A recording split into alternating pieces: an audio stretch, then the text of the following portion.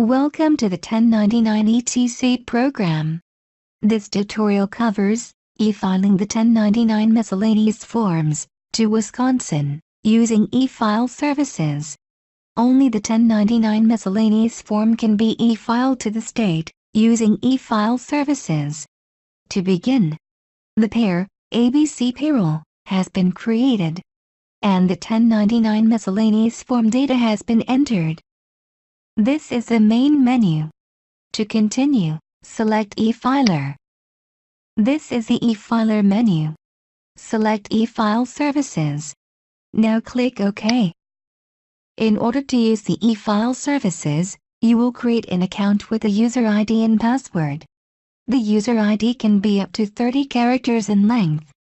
The password must be at least 10 characters in length, and include one uppercase letter and one number. This information logs you into the third-party system so that you can submit the information for processing. The login information that is entered should be for the user that is submitting the data. All fields in red are required, the others are optional. You can also elect to remember password so that you will not be prompted to enter it during the e-filing process. The transmitter is the person that is submitting the file, not the company that is being submitted. Fill out all of the required fields and click Submit.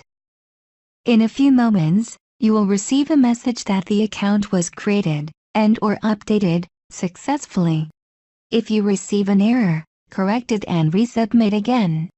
Click OK to continue. Once the account is set up, we are ready to e-file. Select Create New Batch. Here are the e-filing options. You can only file the 1099 miscellaneous form. Select 1099 as a form. Then select miscellaneous as the form type. Next, select the services for this batch. Select e-file to state, and then Alabama. Click OK. This is the transmitter screen. Filling it out is optional, except for the transmittal type. Select original file sent to the IRS and click OK. Next, check the pairs that are to be included in the e-file. Multiple pairs can be selected. For the tutorial, select ABC payroll. Click OK. This prompt will display for each pair. That is why for multiple pairs it is important to answer the prompt for each one correctly. Make sure to select Skip if there is no data for that pair.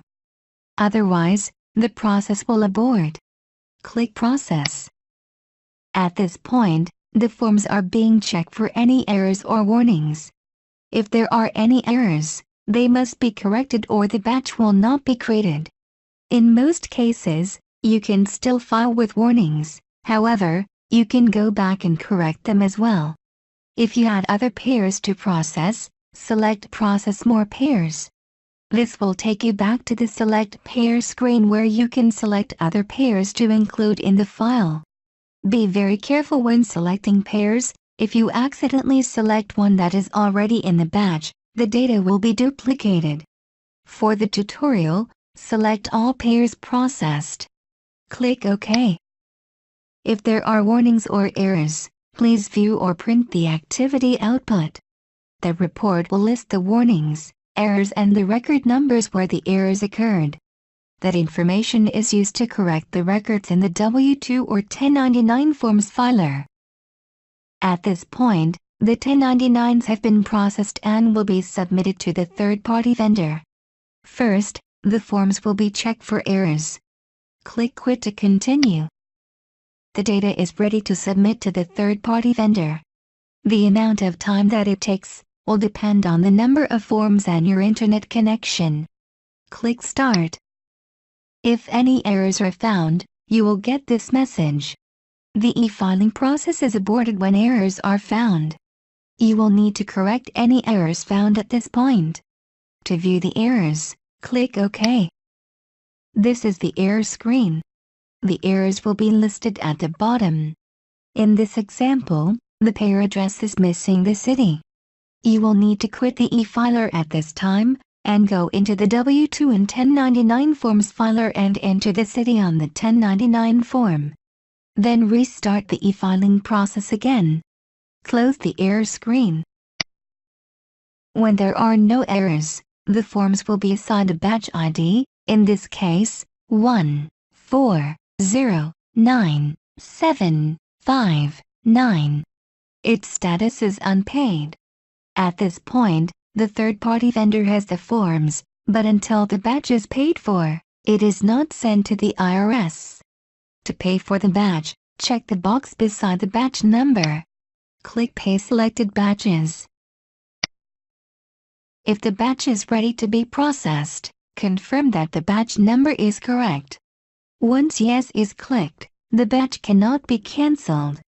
Click Yes to continue.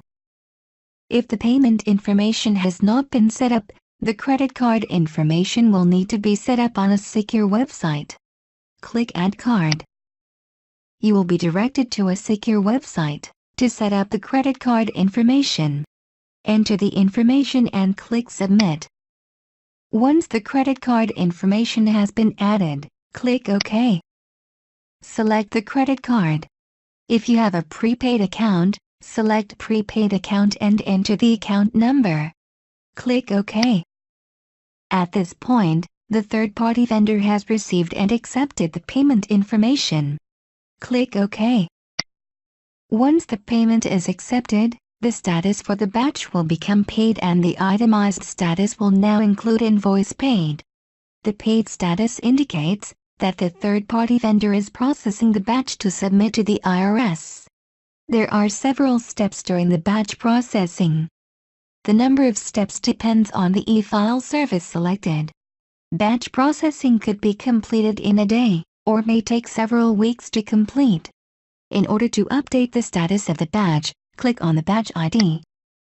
For e-filing or the IRS, after invoice paid, the next status is filing queued, and then filing complete. Filing complete indicates that the IRS has the batch but the batch has not been processed yet. Filing accepted means that the IRS has processed the batch, and they have accepted them. That batch processing is complete. That is the 1099 e-filing services process. For further questions, please review the frequently asked questions on our website. Technical support can be reached by email, fax, chat or phone. Thank you for using the 1099 etc. program. Have a great day.